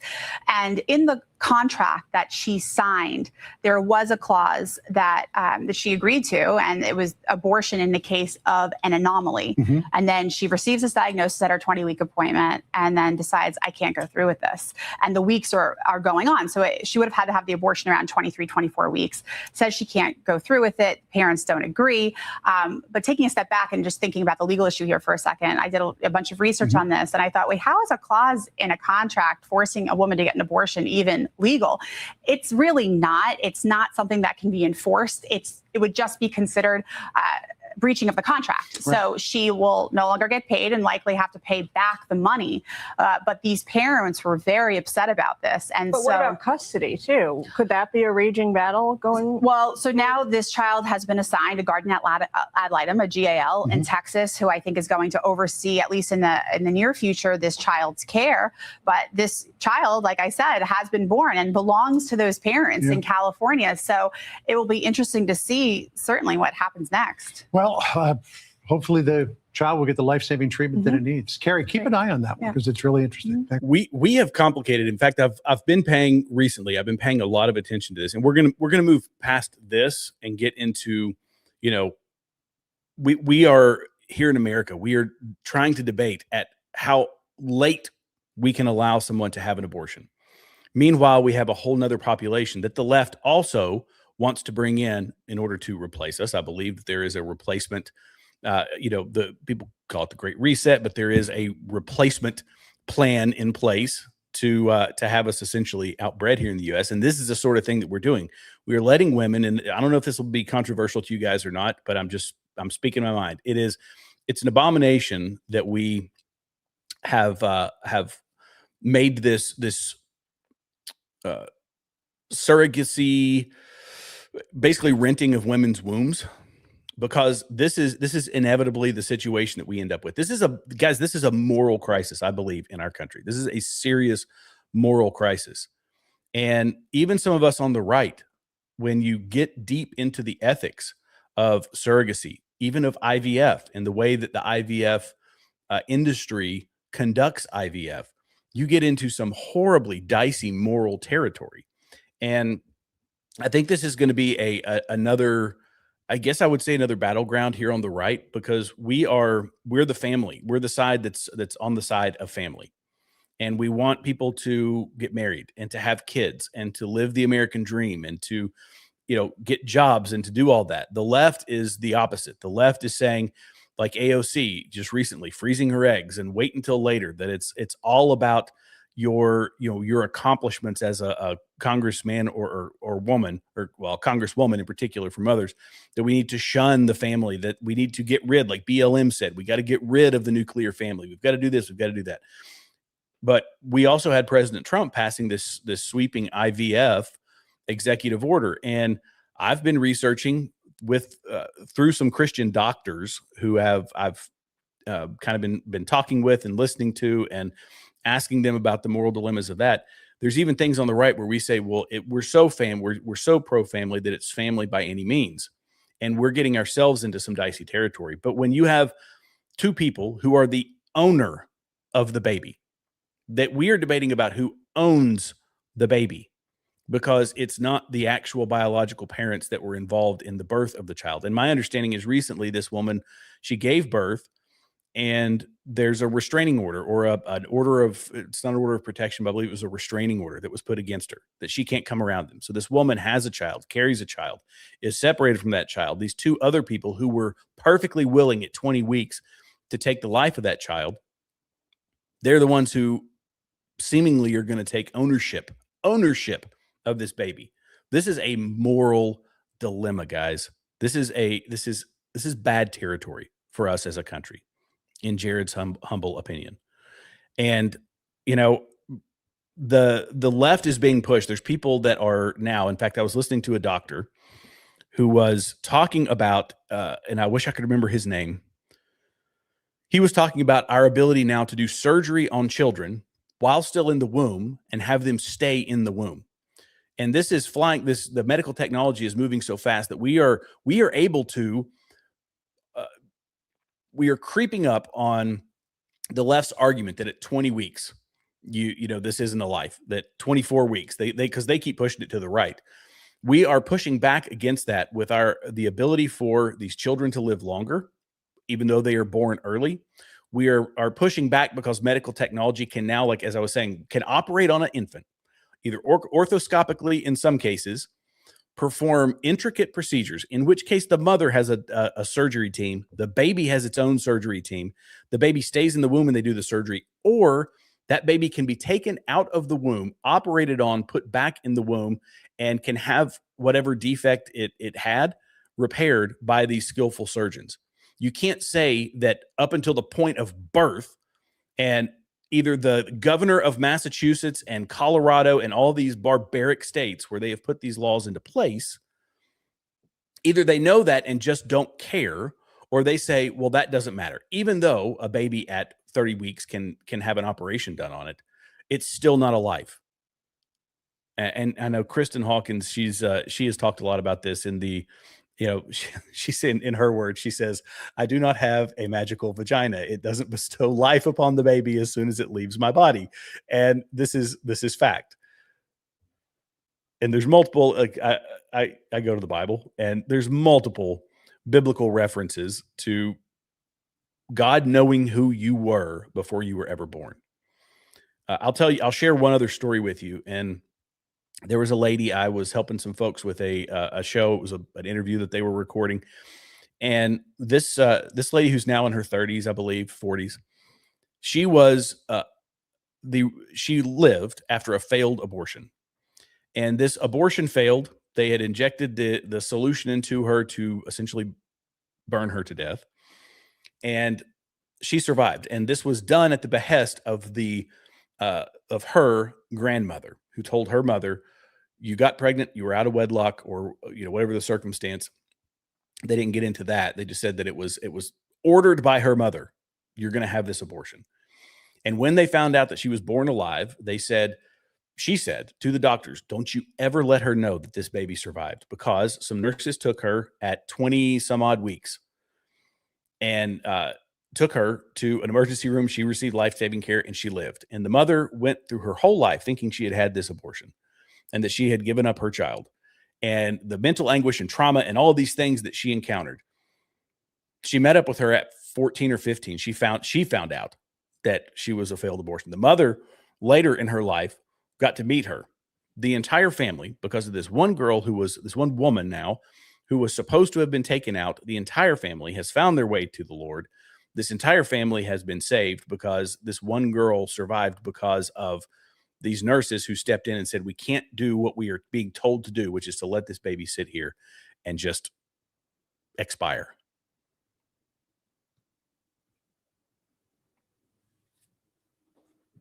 Moral dilemma, guys. Moral dilemma. Moral atrocities. Let me put it that way. Hey, Jared, I have a question. Yeah. So if the pro-abortion or pro-choice, whatever they want to call it, side keeps saying, my body, my choice, that woman, that was her body, that should have been her choice. Why were they fighting against that? I think money and ownership. It's like it's sick is what it is. It's a very good point. I don't know why they're making that argument. That how dare you? Well, and okay, here you go. There's another dilemma created by surrogacy, which is that this young woman rented her womb, presumably for a substantial amount of money, and she has a physical connection to this baby. Obviously, she carried this child for 9 months. She's got a physical connection to this child. These other people are. It separates you from it. I think when. Obviously I'm not a woman unless I decide to play for the WNBA, then I could assume I could declare here fairly soon. But the close emotional bond that is had between a mother, a lot of this is scientific, and the long-term implications of motherhood and carrying a child, and to reduce that to a financial transaction and a contract of ownership, there's nothing right about that. There's absolutely nothing right about that. And this is why people say, with whether it's abortion is an example, transgender surgeries and things like that are another example, that it's doctors should treat under the Hippocratic Oath. They should treat anyone, anytime, anywhere, but they won't do just anything. This is the right of conscience fight that things like the Alliance for Hippocratic Medicine are trying to make, that the Christian Medical and Dental Associations are trying to make. They are fighting for the for the right of doctors to practice the right of conscience for practicing healthcare professionals. to say, I will not partake in this, while the medical establishment is saying that you must. And a lot of them lose their jobs over it. They lose professorships and other things because of it. And we've just, that world has put itself in such dicey territory. And we're going to see it happen we've already can see it happen, I believe, in Oregon, where medical assistance in dying is completely changing the relationship of us to physicians, people that are here supposed to heal us. COVID didn't do us any favors either. The way the medical establishment handled COVID was abysmal, and it crushed a lot of that trust that we had. But things like this, they make it even worse. And now the left is stuck between a rock and a hard place. They believe that surrogacy is perfectly fine for like gay couples and things like that. But when it comes down to the woman who's carrying the baby and she says, no, I'm not going to do that. Now you have made a human life you can legally extinguishable because of a contract. There's nothing moral about that, guys. This is abysmal. Ugh. I've been reading a lot about it, if you can't tell, and it makes me sick. It really does. It makes me sick. Can you pull up that super chat? There's one, CB4959 sent one that was about this. Contract should be binding at conception, one that does not include a life loss unless the individuals involved have a rare reason to stop it ever. I agree with this, I think, if I'm reading this correctly. There shouldn't be a contract to begin with, in my opinion. This should not be allowed. It shouldn't be allowed. And when it comes down to this, because this is the case that a lot of folks do make, the life of the risk of the life of the child or life of the mother, and that difficult situation that the doctor has to make. Doctors, let me tell you how doctors approach this. They try to save them both. And the left brings up ectopic pregnancies, not included. This is a medical procedure that doctors there's no one in the medical world that says because of an ectopic pregnancy that a woman they're just going to let her expire, that they're going to let her die. That's not part of it. The job of the doctors is to step in and save both lives when possible. And it's the way that it is, but it's the intentionality behind it. The intentional unaliving of a child, especially one in the 30-week range, which I know they get more rare in that 30 to 40-week range. But the fact that people want to enshrine that into their constitution says that your state government is evil at that point. They are enshrining evil into your constitution. And I will stand on that ground until the day that I leave this earth, or until the Lord returns. No questions asked.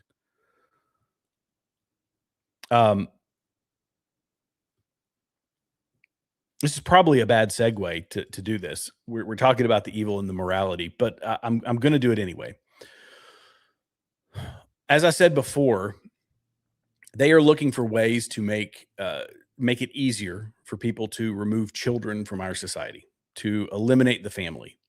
While at the same time, this is the graphic that I brought up before, and this is the UK. It's not the US. If you could pull this up, Jen, I would appreciate it.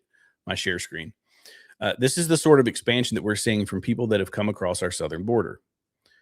The people say that they find common ground with radical Islam, or with Islam in general, because they are family oriented, because they are, about having kids, and they're generally socially conservative, even though they've tended to side with the left on a lot of issues. But that's being done for power and influence, because that's the only other political party that will side with them. But this is a true long-term threat to America, because it comes with a legal system. And I know I said this is the UK, but there is no state too red to not have this sort of thing happen. This is in McKinney, Texas. Unanimously approves a new mosque site. And this is, of course, libs of TikTok is saying, conquering us without a single shot fired. And we do have a dilemma that I've argued with folks. Can you outlaw Islam? And to that I say, no, I don't think you can. However, can you outlaw? And this would probably be a good thing to, maybe I should have asked Gil this one, but can you outlaw we should, by default, our Constitution outlaws the legal system that comes along with it, which is Sharia law. And we know that the ideology as a whole seeks to establish that across the globe. That's the ultimate instinct, is that we get Sharia law everywhere. Everybody's under Sharia law. Women are dressed up like beekeepers.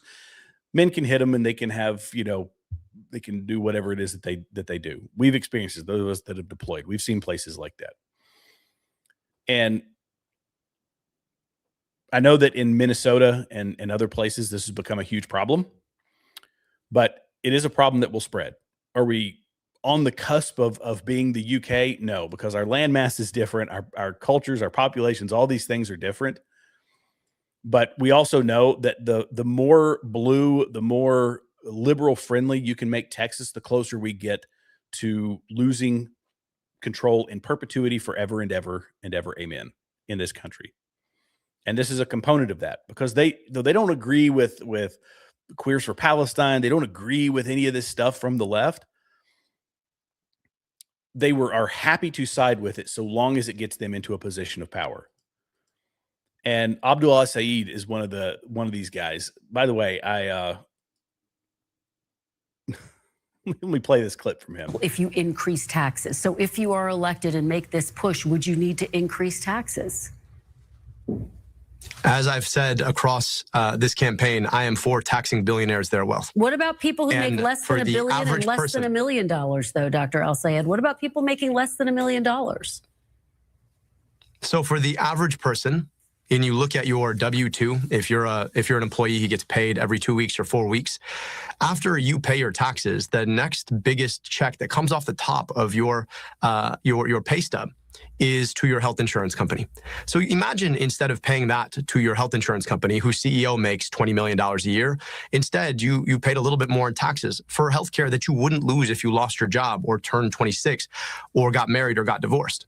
I think all of us would be a lot more interested in that kind of a system if we knew that our healthcare would be free at the point of care and would be free without having to worry about losing it in general. So there's an opportunity here, I think, to trade what we give to a big corporation who gets to decide who we get to see and who we don't for a little bit more paid into FICA. And I think that's a trade that's worth making. I think the broader public understands that that's a... Why do they always go with socialism, guys? Why do they always go with socialism? Because socialism is the greatest opportunity to exert more control over the American people, over any people, not just the American people. We've seen it. We've got a century to prove it. We've got a century of evidence of what happens. But it's the thing that it's this siren's call for these people that we're going to do it right. But it always ends in authoritarianism. It always ends in the people being quashed. It ends in the removal of, for us, it would be the removal of the Second Amendment. It would be exerting control over us, taking our money, telling us that they know how to spend it better than we do. And this is the socialism, the politics of socialism match perfectly with Sharia law, perfectly with the instates of Islam. Authoritarian control. Then you just switch you flip the switch because you've got an unarmed, poor, destitute population. And they get there, by the way, just like this, lying. This is the same thing that whether it was Mao or Stalin or pick your poison or Venezuela. The promises, it's the siren's call. It's the billionaires, it's the millionaires. Those are all the problems. And if we just we just get this one system, and we'll partner with la-di-da-di anybody to do it. This is, you guys probably know who this dude is. Let me pull this up. This is Hassan Piker, if you don't know. These are the people that they'll side with. Glad 9/11 happened, or said it should have happened. Loves the goal of impoverishing the white middle class. Called for the killing of capitalists.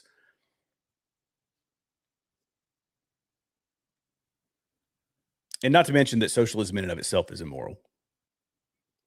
I question all the time, like what moral stance does the left have at this point? I don't know. I don't know because I don't see one. Everything is about, it's about take, it's about death, it's about destruction, it's about dismemberment, it's about, guys, this is the sort of thing we're up against. You want to go out here, if you are Owen Schroyer or you are Rex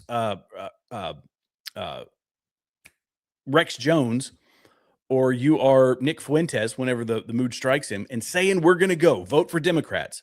This is the crap you're voting for. Or to abstain and say that I'm just going to, no, I can't, I'm not, nope. And they're the first ones that'll cry. They'll blame it on Trump. They'll blame it on us. They'll say, well, if you had just done this one thing, this wouldn't be happening. No, you're the one who did it. You're the one who did it. Rex, you're the one who did it. Period. Let me get to some comments here because I've been yapping and I want to hear from these fine people over here in the chat.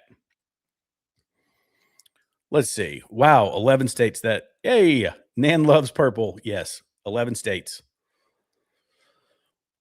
And more will follow, I think.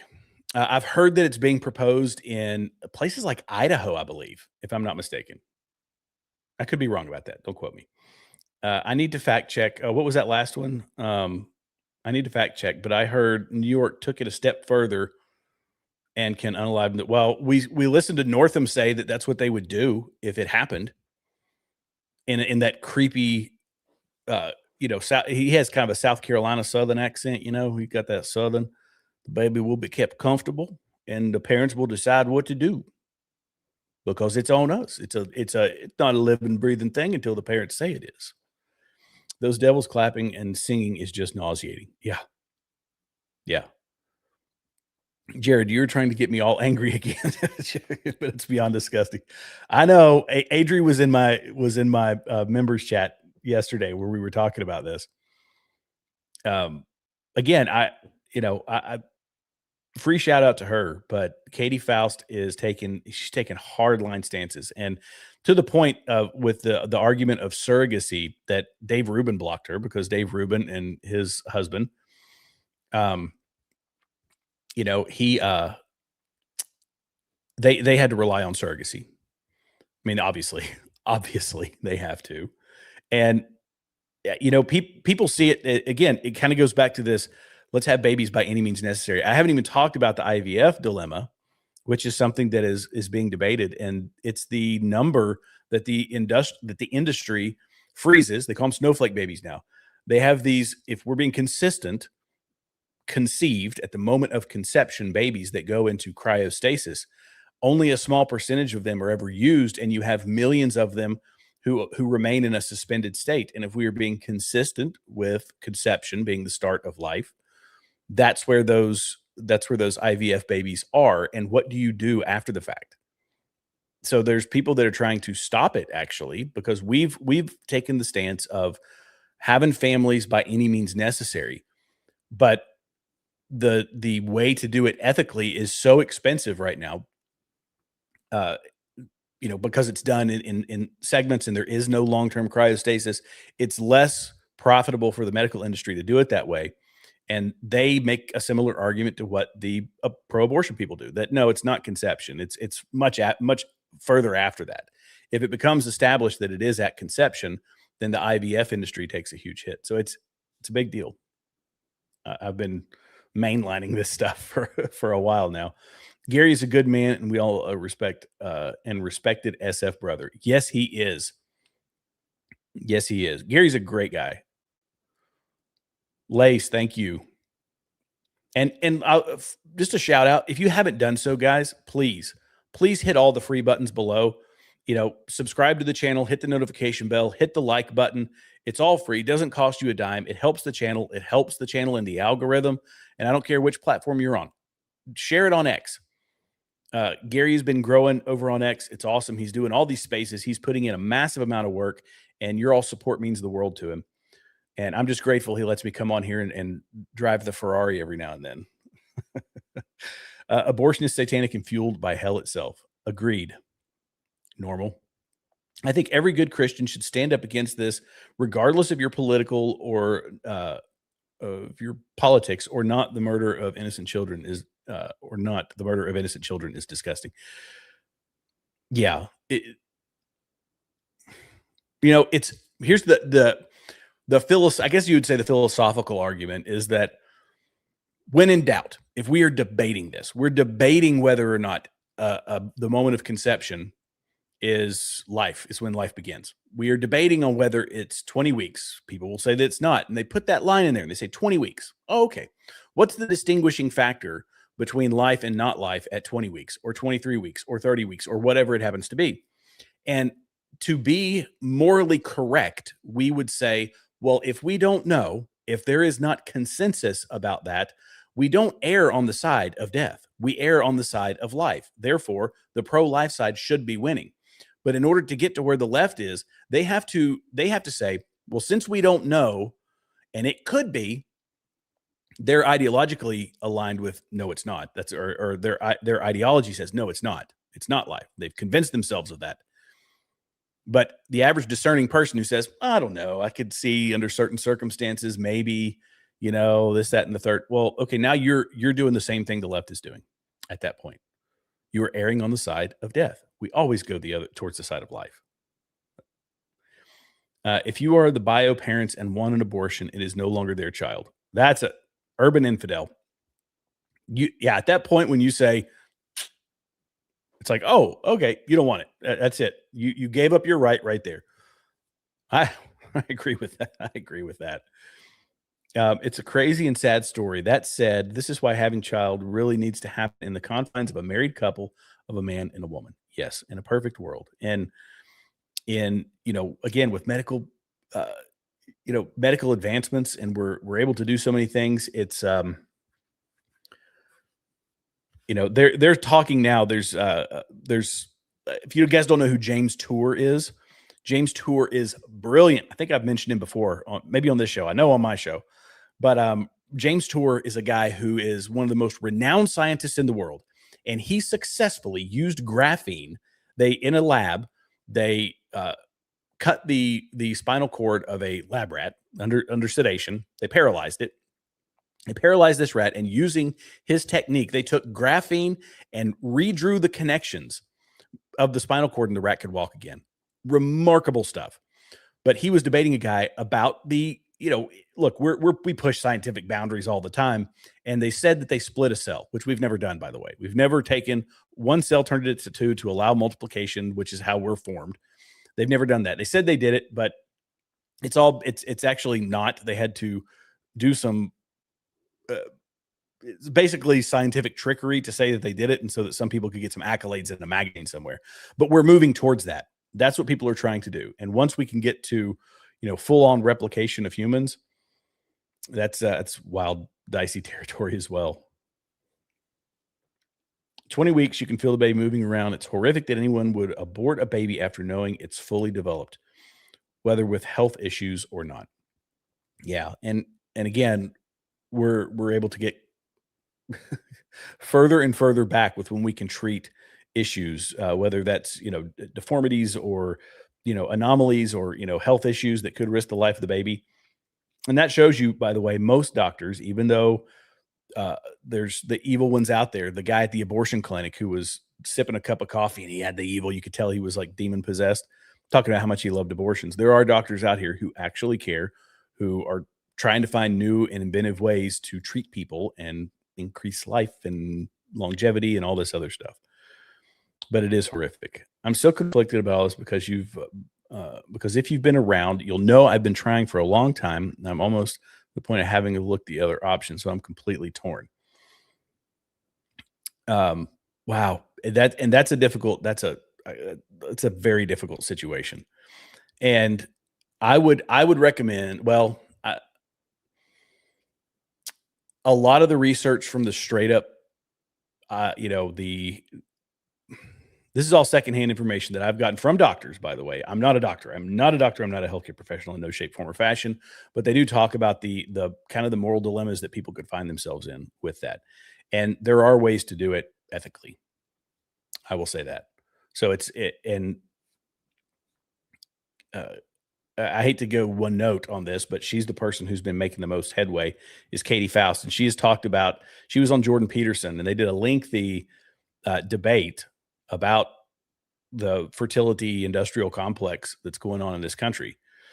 And a lot of it is how they pitch it to people versus what they do. They pitch something completely different than how they're actually going through these procedures. And behind the scenes, they're doing things that are not ethical. So yeah, it's a tough one. I would read her literature. I think I haven't read her book. I'm pretty sure that she wrote a book about it. Let me see if I can find it. That might be a great resource. Katie Faust books. Her organization, by the way, is called Them Before Us. And this is the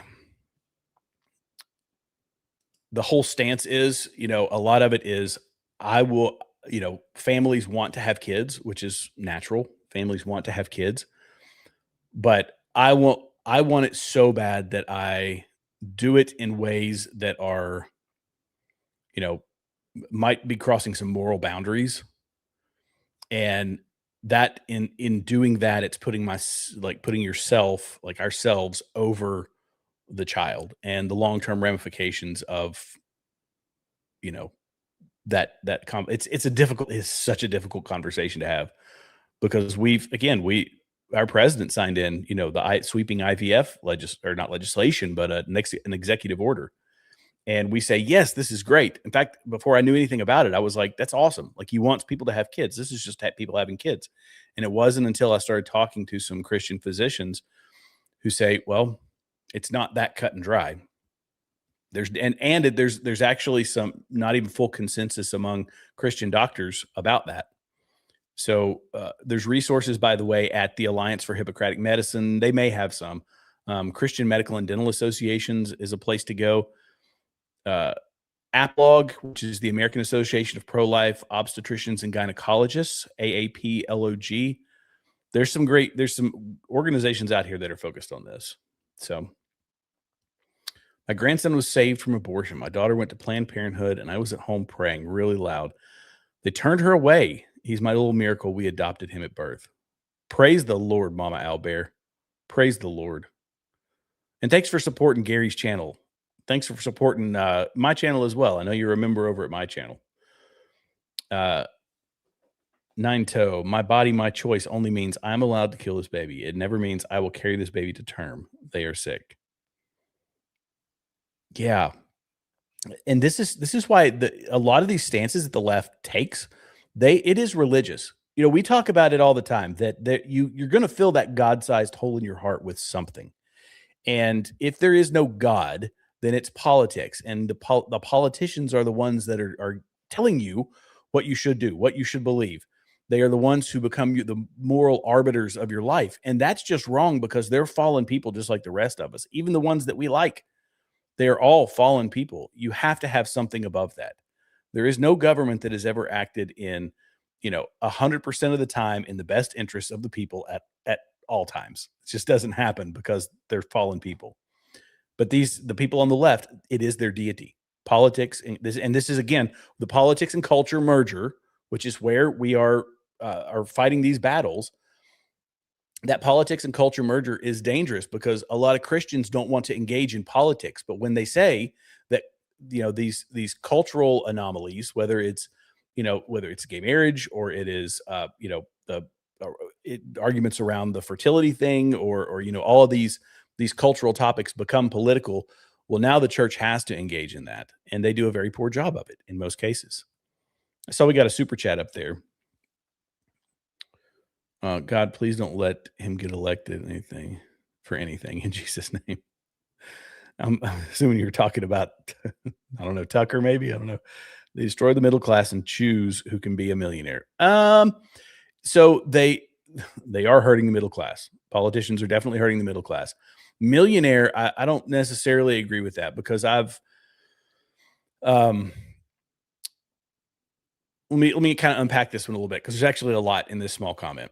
The middle class is hurting. The middle class bears the brunt of a lot of things. The upper class still bears the brunt of the tax burden. They do. 40% of our taxes are paid by the top 1%. I believe that's the current number. We take up the middle class. We pay the rest. And then the people that are in the bottom third, I believe, don't pay any, because they get, but they don't pay any. They get they. In fact, I had a lady that worked for me when I was a recruiting commander. She was my secretary, and she used to do taxes on the side, and she would come in all hot and bothered because these people would keep their earnings low enough that they would get enough earned income tax credit to get more money from the government than they actually put in. It was like part of their income. It's really jacked up system. But choosing to be a millionaire, I don't particularly agree with that. You can become a millionaire. In fact, I know blue collar millionaires who they don't have anything to do with the government. They just worked really hard. They were frugal. They built businesses. They sold businesses, and these aren't monster businesses. We look at it, I feel like sometimes even we say there's this upper echelon and then there's us little guys. Well, there's people that are millionaires that just built something, sold it, and made it, and government's not involved in that. They had to fight against the same IRS that we did. What is a component of this is when you start talking socialism. Socialism is, whoever's rich stays rich, in particular if they toe the party line. If you are poor, you stay poor. If you are middle class, you become poor. If you are on the cusp, you become poor. And especially if you are rich, and even if you're rich and don't toe the party line, then you'll become poor as well. That's just how it works. So you have billionaires in China, but the guy that came out and said some things about, what was his name? He was, I think, the richest guy in China. And he said some things about the Chinese government, and he disappeared for months, weeks, months. I forget how long it was. Yeah. I mean, that doesn't matter how rich you become.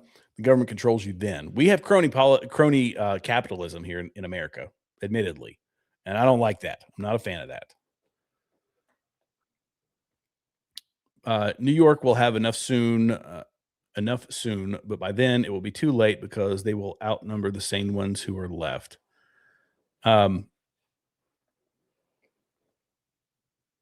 Yeah, they will have enough soon, but then it will be too late because they will outnumber the sane ones who are left.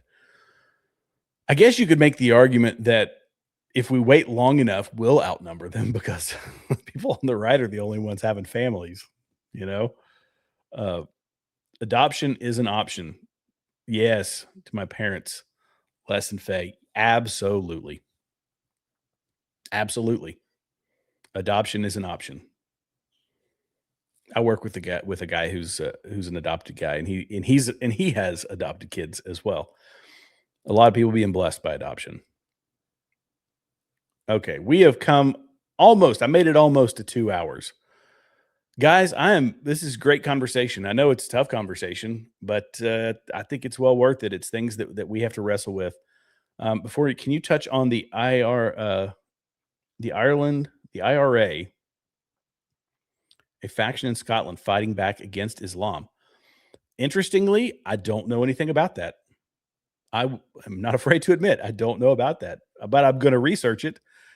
IRA. Okay, hang on. IRA faction back against Muslims in Scotland. Okay, I typed it into my search history.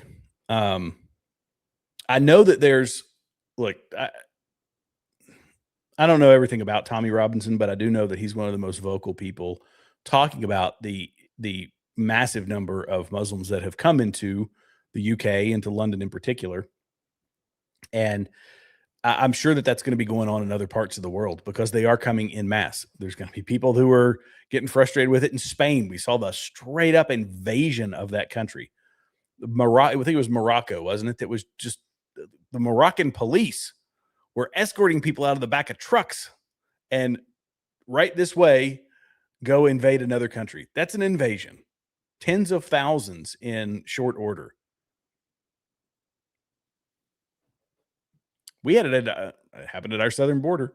Jared, I was talking about the Muslims, the same New Yorkers. Oh, we'll have enough of Mom Donnie, but by that time it will be too late because the Muslims will outnumber the same people. I mean, I think you might be spitting facts on that one. I think you're spitting facts. Yeah. Well, look, there's entire cities. In fact, there was one, and read the articles. It was a post. Maybe I shouldn't bring it up because I haven't fact checked it. But there was a town where it was completely run by Orthodox Muslims, and the claim was that they were allowing or had legalized animal sacrifices. Although I don't know I didn't know that was even a component of Islam, but nonetheless, they slowly take control. I mean, look, the Middle East used to be all Christian. It was all Christian, and it's not anymore. I used to know a guy in. Yes, thank you for sharing that story, Jared. We have to help the surrogate mama. Yeah. Bless her heart. I mean, she was, and a lot of this is done from, it is done from a position of, I don't mean this ad hominem ignorance, but it's just from a lack of information. People don't think that through because it becomes normalized in society that, oh yeah, that's an option. Yeah, it's just an option. And then she's put in a difficult situation where she's physically, emotionally, every possible way connected to this child. And these two outsiders is basically what they are. They say, well, we gave you the ingredients and we can smash that cake if we want to. That's a terrible analogy, but you get what I'm saying. They're about to pop off. Give them 24 hours to leave the countries before they start civil war. They are not messing around. Giving them 24 hours to leave their countries before they start civil war. What were you referencing? That's the IRA. Oh, okay. That's the IRA argument. Okay, gotcha. Wow. I'll have to check into that. Tommy Robinson, sometimes you need imperfect heroes to tackle ugly issues. No man is without flaws. Tommy has stood up for his people and sacrificed more than most for his beliefs. Yes. Leave this up for a second, Jen. This is very true.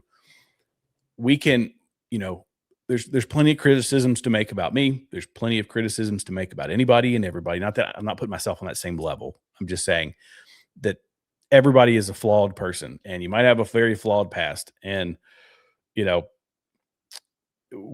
history is filled with imperfect people doing amazing things or taking a stand, whatever it happens to be. Like I say, I don't know a whole lot about him. I heard he's got a checkered past as a soccer hooligan or whatever. And I know Piers Morgan can't stand him. And Piers Morgan continues to deny what's happening in the UK, in particular in London, because he's isolated from it. He doesn't live in that part of the country. But we all watch it on TV. We can watch it on the internet. We can see what's happening. And people will deny it out of whatever, social justice. They will do it out of fear from the left, because look, we've made this point as well that who do we fear? That you don't fear people on the right. You just don't. You fear people on the left. Like, we don't stand in fear, but I'm just saying that you're not worried about right-wing people by and large coming out and doing what Antifa does or what they did during BLM. We're not burning down cities. Great job, Jared. You drove the Cadillac or whatever you said. Well, brother, thanks, Dr. Altoids. Drove the Ferrari. That's what I call it. I call it driving the Ferrari. I didn't leave it in first gear the whole time, but you guys know me. I'm not the loud, bombastic guy. It's not my nature. It's not who I am. But I appreciate you all very much for joining tonight. Be sure to hit all those free buttons below. It's the last time I'll say it before we conclude tonight. And share this content. Get this channel outside the algorithm, because they're doing amazing things. Gary's building a great audience. Jen is working her backside off behind the scenes. I know this for a fact. And I'm just thankful to be a small little piece of it. And last disclaimer is, if you feel like you enjoyed this stuff, you can follow me right here at Continue Freedom. I'm on Rumble. I'm on YouTube. I'm on Facebook, or not. I'm not on Facebook. I'm on Rumble, YouTube, and X. So feel free to go follow me over there. And Jen, thank you so much for driving the screens for me tonight. I appreciate you as always. Thank you, Jared. We appreciate you coming and stepping in for Gary while he's out. And then we'll be back tomorrow night at 7 p.m. with Artie Trolls. Fantastic. It'll be a good show. Artie's the man. And I will say this. Artie needs to do every show with a fan blowing in his face. So that hair of his is just flowing in the wind. So we're not all blessed with a head of hair like Artie Trolls. All right, guys, you all have a great night. God bless you. God bless America. Keep your chin up. Don't be black-pilled. And we'll see you next time.